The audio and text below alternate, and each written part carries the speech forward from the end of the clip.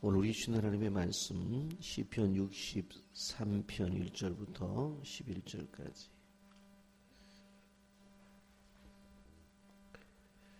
시편 63편 1절부터 11절 말씀까지 봅니다. 하나님이여 주는 나의 하나님이시라. 내가 간절히 주를 찾되 물이 없어 마르고 황폐한 땅에서 내 영혼이 주를 갈망하며 내 육체가 주를 앙모하나이다.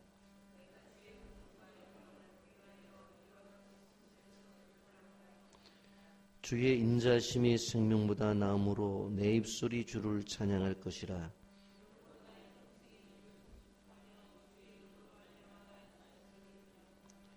골수와 기름진 것을 먹은 것 같이 나 영혼이 만족할 것이라. 나 입이 기쁜 입술로 주를 찬송하되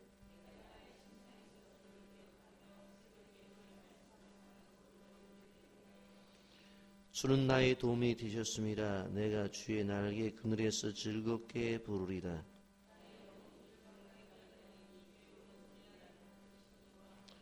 나의 영혼을 찾아 멸하려 하는 그들은 땅 깊은 곳에 들어가서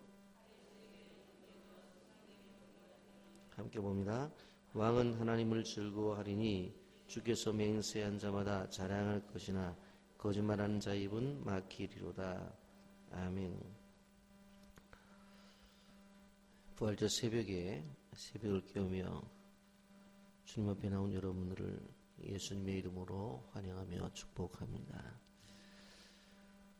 시편 63편의 말씀을 보면 다윗이 사울왕의 미움을 받고 근 10여 년 동안 도피 생활을 하게 되어지는데, 도피 생활을 하면서 유대 광야에서 쓴 찬송시가 바로 시 63편입니다. 그래서 63편의 표제를 보게 되어지면 다윗의 시 유다 광야에 있을 때에 라고 이렇게 표제가 붙어 있는 것을 볼 수가 있습니다. 자신의 상태를 그는 설명하기를 1절에 하나님이 주는 나의 하나님이시라. 내가 간절히 주를 찾되 물이 없어 마르고 황폐한 땅에서 라고 말하면서 자신이 처해 있는 상황이 황폐한 땅이다, 그렇게 말하고 있는 것을 볼 수가 있습니다. 광야라고 하는 장소는 물이 없는 간조한 땅인 것을 볼 수가 있습니다.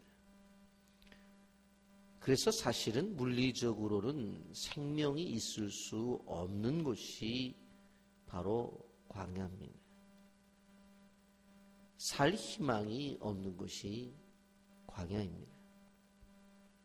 그런데 오늘 이 광야 속에서 큰 하나님의 은혜를 경험하는 우리는 다윗을 보게 되는 것입니다. 이런 광야에는 두 얼굴을 가지고 있습니다. 하나는 바로 고통과 상처와 슬픔의 현장으로 우리에게 광야가 올 수 있습니다. 그러나 분명코 이것은 고통과 상처와 슬픔의 장소이지만 하나님 눈으로 바라보게 되어질 때는 우리가 정금같이 단련되어지는 그러한 장소가 될 수도 있다라고 하는 것입니다. 광야라고 하는 그 장소 속에서 사탄은 끊임없이 우리를 넘어뜨리려고 하지만 하나님은 그 광야라는 장소 속에서 우리를 순구물을 만들려고 하는 지속적인 작업이 바로 하나님 손에서 이루어집니다. 그래서 똑같은 광야의 장소인데 사탄은 우리를 넘어뜨리려고 하고 하나님은 우리를 세우려고 하는 작업이 동시에 일어나는 장소가 광야입니다. 그래서 우리가 하나님의 뜻을 따르면 순금같이 되는 거고, 거기서 무너지면 사탄의 밥이 되는 것이 바로 광야의 장소인 것입니다. 여러분, 예수님의 삶을 바라봐도 이 광야를 지냈던 것들을 우리는 볼 수가 있습니다. 그분의 태어남도 광야였습니다. 말구에서 태어났다고 하는 것, 가장 처절한 광야 속에서 그의 인생은 시작되었고, 그 당시에 가난한 집안에 또 아버지가 먼저 돌아가셔서 어렸을 때에 광야의 삶을 삽니다. 그리고 하나님께서 이제 사역을 해야 될 그러한 때의 부르심을 받지만 그는 이제 정말 광야로 내몰려서 40일 금식 기도를 하면서 본격적인 광야 생활을 합니다. 그리고는 그 광야 생활 속에서 사탄은 돌을 떡으로 만들려고 하는 요구가 나옵니다. 그러나 그 요구 앞에 그는 하나님의 뜻을 따릅니다. 사람이 떡으로만 살 것이 아니요 하나님의 입으로 나오는 말씀으로 산다는 것입니다. 그리고 사역에 3년 반 동안 몸을 내던지지만 어느 하루 편한 날이 없으셨습니다. 광야 생활이었습니다. 인자는 머리 둘 곳이 없다고 말을 하면서 짐승보다도 못한 삶의 내용을 이야기를 하고 고난의 기간을 지나신 다음 결국 이제 하나님의 뜻을 따라서 부활의 영광을 맛보게 되는 것입니다. 결국 예수님의 삶 전체를 두고 보게 되어질 때에 예수님의 삶도 광야의 삶이다. 그런데 그 광야의 삶을 어떻게 만들어내요? 예수님은 바로 부활의 영광을 맞이하는 데까지 나타나는 거예요. 여기서 23장 10절에 말하는 것처럼 그러나 내가 가는 길을 그가 아시나니 그가 나를 단련하신 후에는 내가 순금같이 되어 나오리라. 이 광야의 과정을 지냈을 때에 예수님께서 부활의 영광을 이렇게 이루신 것처럼 이러한 축복이 여러분에게 있기를 주님의 이름으로 축복합니다. 그렇다고 한다면 광야 생활 속에서 우리가 기억해야 될 오늘 시편 63편을 통해서 주시는 몇 가지 메시지는 첫째, 광야는 하나님의 얼굴을 구하는 것입니다. 1절 하나님이여 주는 나의 하나님이시라. 내가 간절히 주를 찾되 그랬어. 내가 간절히 주를 찾되 물이 없어 마르고 황폐한 땅에서 내 영혼이 주를 갈망하며 내 육체가 주를 앙모하나이다. 광야에서 해야 될 것이 뭐예요? 하나님을 찾는 거예요.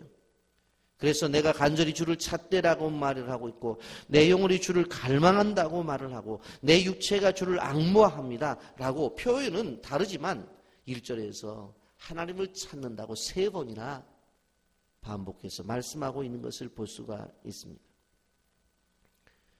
광야라고 하는 장소는 바로 이 자연 앞에 인간이 얼마나 무력한지를 경험하는 장소입니다. 그래서 이 광야도 하나님이 통치하신다라고 하는 것에 대한 이해와 믿음이 없는 사람들은 그 속에 절망이 있어요. 그 속에 허무감이 있어요. 그 속에 슬픔의 노래만 불러요. 그리고 무너져 버려요. 그런데 우리가 기억해야 될 것은 무엇이에요? 적과 꿀이 흐르는 땅만 하나님의 통치가 있는 것이 아니라 아무것도 없다고 보여지는 광야도 하나님의 통치권 안에 있다는 거예요. 그렇다 한다면 이 광야를 옥토로 만들 수 있다 없다? 있다는 거예요. 우리가 생각할 때 그런 생각을 가지고 나가야 되는 거예요. 그래서 정말로 목마른 사슴이 시냇물을 찾는 것처럼 그러한 마음가짐을 가지고 주님을 사모하는 거예요. 그래서 1절 말씀처럼 내가 간절히 주를 찾되라고 말을 하고 내 영혼이 주를 갈망한다고 말을 하며 내 육체가 주를 앙무한다고 끊임없이 반복하며 나가는 거예요. 여러분 생각을 해보면 오늘 2절 말씀에서 뭐라고 말을 해요? 내가 주의 권능과 영광을 보기 위하여 이와 같이 성소에서 주를 바라보나이다. 시편 63편에서 말하는 성소가 도대체 어딘가? 여러분 성소라고 하는 것은 하나님을 만나는 장소예요. 그런데 지금 다윗은 광야에 지금 쫓김을 당하면서 그렇게 하나님의 성전에 갈 만한 그런 형편이 안 돼요. 그런데 여기서 말하고 있어요. 뭐라고 말해요? 이와 같이 성소에서 주를 바라보나이다. 이 성소가 도대체 어디냐? 다윗의 성소는 지금 광야예요. 광야에서 하나님을 만나고 있어요. 광야에서 하나님을 예배하고 있어요. 광야에서 하나님을 찬송하고 있어요.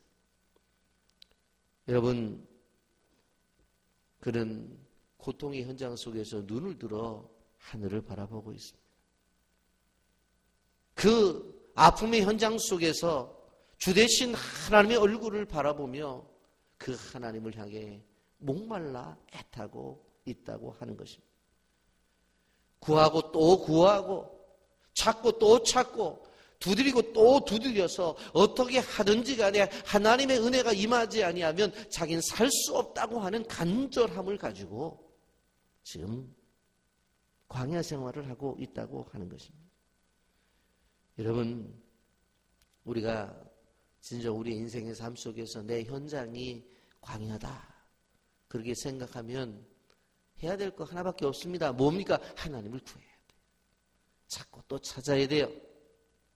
문을 두드려서 안 되면 또 두드려야 되는 것이에요. 다윗처럼 목마른 갈급함과 하나님의 얼굴을 구하는 모습이 있어야 돼요. 광야라고 하는 현장도 뭐라고 그랬어요? 하나님의 통치함이 있는 장소라고요. 그렇다고 한다면 그 현장 속에서 인격적이고 실제적인 하나님을 만나기 위한 하나님의 바람을 기다려야 된다라고 하는 것입니다. 그래서 우리는 기억해야 돼요. 광야가 거룩한 성소가 될 수 있다는 거예요.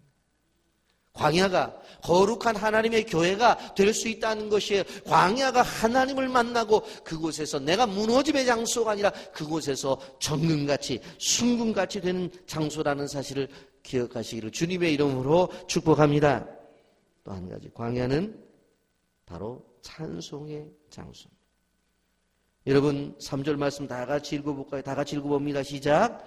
주의 인자심이 생명보다 나음으로 내 입술이 주를 찬양할 것이라. 주님의 인자심이 생명보다 나음으로. 여러분 무엇입니까? 하나님을 만나는 자가 최고의 모습이 무엇입니까? 그 하나님을 예배하는 거예요. 그 하나님을 찬양하는 거예요. 그래서 다윗에게 있어서 광야는 하나님의 찬송의 장소라는 거예요. 다른 사람들은 광야를 만나면 좌절하고 절망하고 자인 인생을 한탄하고 무너져서 그냥 일어나지 못하는데 오히려 다윗은 광야에서 일어나 예배를 하고 광야에서 찬송을 부르고 있어요. 그러면서 뭐라고 말해요? 주님의 인자심이 생명보다 나음으로. 주님의 나를 향하신 무한하신 사랑, 그것이 내 생명보다 크다는 거예요. 가만히 이 고난 속에서, 이 어려움 속에서, 이 아픔 속에서 내가 살아가고 있는 것을 가만히 생각해 보니까 내 생명력이 커서가 아니라 하나님의 사랑이 크기 때문에 내가 살고 있다는 거예요. 다시 한번 설명드릴까요? 아주 중요한 얘기입니다. 내가 이 광야 속에서 사는 것, 사울이 그렇게 죽이려고 해도, 아들 압살롬이 그렇게 죽이려고 해도 자기가 살아가는 것을 가만히 생각해 보니까 자신의 생명력이 끈질겨서 사는 것이 아니라 자기를 향한 하나님의 인자심과 하나님의 사랑이 더 크기 때문에 사는 거예요. 그 말이 이 말이에요. 그래서 이 말씀이 무지하게 중요한 거예요. 주의 인자하심이 생명보다 나음으로 내 입술이 주를 찬양할 것이라. 여러분, 이 고백이 여러분의 삶 속에서 끊임없이 고백되어지기를 주님의 이름으로 찬양을 드립니다. 또 부탁을 드립니다. 여러분,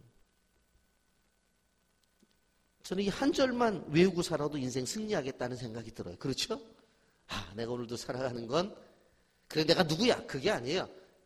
하나님의 인자하심이에요. 내 생명력이 즐겨서 그런 게 아니에요. 하나님의 사랑이에요. 그래서 찬양하는 4절 볼까요? 시작. 이름으로 나의 평생의 주를 송축하며 주의 이름으로 말미암아 나의 손을 들이라.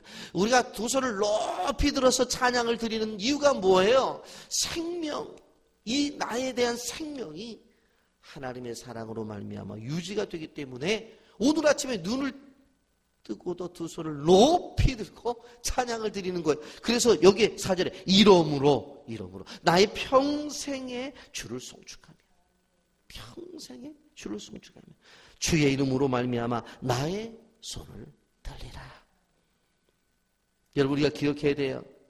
우리가 주님 앞에 늘 무릎을 꿇고 예배하고 찬양을 드리는 것, 두 손을 높이 들고 주님을 찬양하는 것은 생명을 가진 존재는 다 찬양을 드려야 된다는 사실을 기억하시기를 바랍니다. 또 한 가지, 광야는 하나님의 말씀을 먹는 장소입니다. 5절 말씀 다 같이 읽어볼까요? 시작. 골수와 기름진 것을 먹은 같이 나 영혼이 만족할 것이라. 나의 입이 기쁜 입술로 주를 찬송하되. 여러분 생각해 보세요. 골수와 기름진 것을 먹음처럼, 이거는 편안할 때 먹는 거죠. 그런데 골수와 기름진 것을 먹은 같이 나의 영혼이 만족한대요. 어디서 만족해요? 아니, 광야에서 영혼이 만족해요. 왜 그래요? 그 속에서 하나님의 말씀이 있어서 그래요. 여러분, 고난은 하나님의 말씀이 달게 느껴질 때입니다. 왜 그래요? 그 말씀이 주시는 힘이 아니면 견딜 수가 없어요. 그래서 하나님의 말씀이 우리에게 꿀같이 달아요. 그래서 말씀을 묵상하고 또 묵상해야 돼요. 말씀을 읽고 또 읽어야 돼요. 이 고난을 견뎌내갈 수 있는 방법이 뭔 줄 아세요? 그냥 성경을 읽고 말씀을 들을 때 아멘으로 화답하는 거예요. 그리고 말씀을 늘 묵상을 하는 거예요. 아까 주신 말씀처럼 주의 인자하심이 생명보다 나음으로 내 입술이 주를 찬양할 것이다. 늘 묵상하면서 그것을 노래하며 나가는. 여러분 기억하시오. 여러분, 그리고 그 다음에 보세요. 6절에 내가 나의 침상에서 주를 기억하며 새벽에 주의 말씀을 작은 소리로 읊조릴 때 하오리니. 이 본문은 해석을 하는 학자들마다 두 가지로 해석을 해요. 뭐라고 말을 하냐면 여기 이렇게 이야기합니다. 내가 나의 침상에서 주를 기억하며, 침상은 밤이잖아요. 밤새도록 주님을 기억하다가 새벽에는 또 말씀을 읽으러 일어나는 거예요. 그걸 이야기하는 거예요. 그렇게 보는 분들도 계시고, 또 하나 여기 새벽으로 번역된 것은 바로 여기에 보면 야간, 경계, 파수라는 단어라는 의미를 갖고 있기 때문에 밤새도록 하나님의 말씀을 묵상하며 밤을 샜다는 얘기예요. 뭐 다 똑같은 얘기입니다. 무슨 이야기입니까? 밤이나 낮이나 말씀으로 견뎌내는 거예요. 말씀. 여러분, 고난 가운데서 뭘 기억해야 돼요? 잠을 자야 되죠. 잠자리에서 이렇게 기도해 보세요. 하나님, 꿈속에서라도 나에게 말씀으로 다가와 주세요. 하나님. 그리고 눈 뜨면 또 어떻게 하는 거예요? 이 고난과 어려움 속에 나에게 잠을 주신 하나님, 그래도 앞으로 아침에 눈을 뜨게 하신 하나님, 주의 인자하심이 생명보다 나음으로 내 입술이 주를 찬양하겠습니다 하면서 내 영혼에 햇빛 비치니 하고 찬송을 부르며 일어나 보세요. 여러분, 40일 동안 우리가 찬송을 부르잖아요. 시작하면서 뭐라고 말해? 내 영혼이 햇빛이 비쳐야 되는 거예요. 그냥 부르는 게 아니라고요. 내 영혼에 햇빛이 비쳐야 돼요. 거기서부터 하나님의 역사는 시작되는 거예요. 여러분, 우리가 기억해야 돼요. 여러분, 우리는 자지만 하나님의 역사는 계속 지속되어지는 거예요. 그리고 하나님은 일하세요. 여러분, 이스라엘 민족이 행진을 할 때 밤에는 구름 기둥으로 역사하셨고, 밤에는 불 기둥으로 역사하셨고, 낮에는 구름 기둥으로 역사하셨어요. 쉬었다는 얘기가 없어요. 늘 밤에는 불 기둥, 낮에는 구름 기둥. 백성들만 잠잔 거예요. 그렇다고 한다면 우리가 기억해야 돼요. 하나님이 늘 우리와 이렇게 함께 하시는 것처럼 우리도 주님과 함께 해야 된다는 거예요. 여러분, 하나님의 말씀은 사람들이 말하기는 철학적인 사상이 아니에요. 종교적인 어떠한 이론을 이야기하는 것이 아니라 하나님의 말씀은 우리에게 생명이에요. 하나님의 말씀은 우리에게 능력이에요. 하나님의 말씀은 살아있는 진리라고요. 그러기에 이 말씀을 중심으로 우리가 인생의 승리를 해나가야 돼요. 그래서 말씀을 받아 먹을 때 내 영이 살길이 찌고, 이 말씀을 받아 먹을 때 내 인생길이 보여지고, 그 말씀을 받아 먹을 때에 내게 그 말씀이 능력이 돼서 어려운 것들을 이겨나고 남들이 불가능하다는 것들을 해낼 수 있다고 하는 거예요. 이렇게 새벽에 얘기를 해도 입 딱 다물고 있는 분들은 왜 그러세요? 아멘 좀 해보세요. 여러분, 우리 신앙의 고백인 거예요. 광야라는 말은 사실은 미드바라는 그런 히브리 말인데 그 원어의 뜻을 보면 말씀의 물가다라는 의미를 가지고 있습니다. 광야인데 그곳에 무엇이 있어요? 우리의 눈으로 볼 때는 건조한 땅이고 우리의 눈으로 볼 때는 황폐한 땅인데 그런데 그 속에 하나님의 말씀이 있다고 하는 거예요. 여러분, 예수님이 시도했던 사단의 의도 광야 속에서 돌을 떡으로 만들려고 그랬어요. 광야예요. 그런데 그 속에서 예수님은 사람이 떡으로만 살 것이 아니요 하나님의 말씀으로 입으로 나오는 말씀으로 산 것이라 그렇게 말씀했잖아요. 그 하나님의 말씀을 통해서 이겨내는데 그 말씀이 어디의 말씀이에요? 구약의 말씀이에요. 그게 광야를 지나게 될 때는 하나님께서 주신 말씀을 다시 기억하고 그 말씀을 되새겨서 그것을 이겨내는 것이잖아요. 그러니까 결국은 무엇입니까?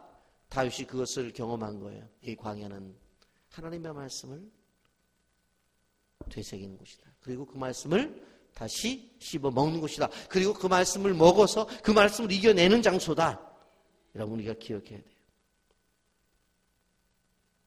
그러면서 모든 상황 속에서 지팡이와 막대기로 아니하시는 그 하나님의 고난의 과정을 지난 다음에는 11절에 뭐라고 말합니까? 다 같이 읽어봅니다. 11절 말씀. 왕은 하나님을 즐거워하리니 주께 맹세한 자마다 자랑할 것이나 거짓말한 자의 입은 막히리로다. 하나님을 즐거워하고 주님을 사랑하는 사람이 되어야죠. 이게 우리에게 주신 하나님의 삶입니다. 여러분 광야는 인생의 학교라는 사실을 기억해야 되는 것입니다. 이스라엘 백성들이 40년 동안 광야를 지난 다음에 가나안에 들어간 거예요. 광야가 없는 삶이라고 하는 것은 결코 하나님이 주신 축복을 누릴 수가 없다고 하는 것을 알아야 돼요. 그렇기 때문에 광야를 경험하게 될 때 좌절과 낭망이 아니라 그 다음에 있는 하나님이 준비하신 축복을 믿음의 눈으로 바라보는 은혜. 이 부활절 새벽에 여러분에게 있기를 예수님의 이름으로 축복합니다. 아멘.